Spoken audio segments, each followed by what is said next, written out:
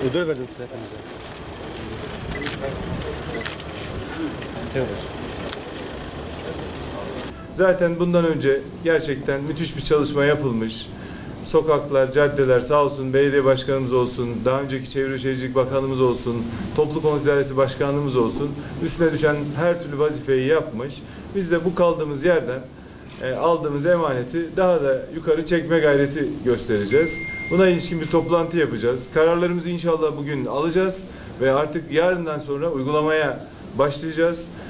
Çok kısa zamanda burada yapılması gereken neyse bunları yapıp Diyarbakır'ı bir turizm şehri, bir tarih şehri, bir kültür şehri olduğu, tüm insanımızın, tüm bölgenin burada geldiği, gezdiği, eğlendiği, dinlendiği bir alan haline getirmemiz gerekiyor. Bu stratejik açıdan da önemli ve bu bölgenin beklentisi açısından da çok önemli.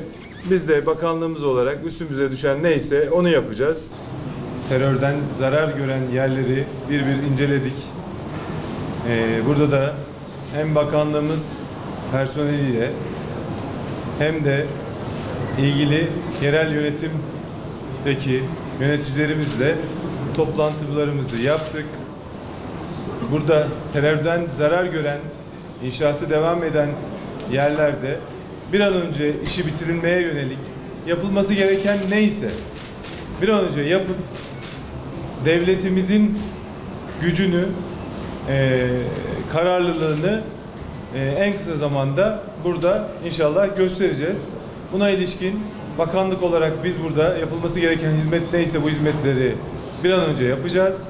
Valiliğimiz, belediyemiz de işbirliği içerisinde şehrimizin her noktasını düşünerek, her türlü detayı düşünerek yapmaya çalışacağız. Zaten başlamıştık.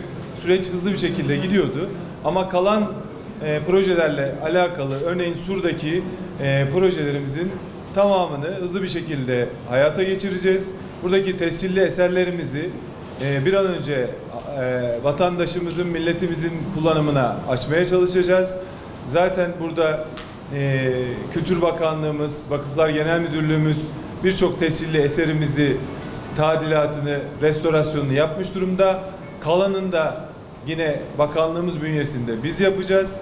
Buradaki konutları yerel mimariye uygun, yerel kültüre uygun, buradaki malzemeleri kullanarak, yerli malzemeyi kullanarak yine konutların tamamının inşaatını yapacağız. 2 tane millet bahçemiz var. Bunların biri eski stadımızın olduğu yer, öyle mi başkanım? Evet. Diğeri de Dicle Vadisi. Bu millet bahçelerinde yine bakanlığımız bünyesinde inşallah en yakın zamanda inşaatlarını başlayacağız. Diğer taraftan da Kayapınar'da da gelişecek konut aksları, gelişecek ticari akslarla ilgili bir çalışma başlatıyoruz. Burayı da Diyarbakır'ın geleceği, vizyonu çerçevesinde şehre uygun, yapılaşmaya uygun, az katlı yine yapılaşmayı öngörecek şekilde bir yapılaşma yapmayı düşünüyoruz. Yani ben Diyarbakır'ın gerçekten potansiyel olarak çok güçlü bir şehir olduğunu bu toplantılarımızda da görüyoruz. Biz gayrimenkul sektöründe deniyor ki işte alım satımla ilgili sorun var. Halbuki Diyarbakır'da bu talep patlaması var. İnşallah bu talebe uygun biz de yerleşim alanları üreteceğiz. Bunlar alt gelir grubu vatandaşlarımızın da, orta gelir grubu vatandaşlarımızın da ulaşabileceği seviyelerde olacak. Ve bundan sonra da artık konuşmayıp iş yapacağız inşallah. Hepinize çok teşekkür ediyoruz. Sağ olun, var olun.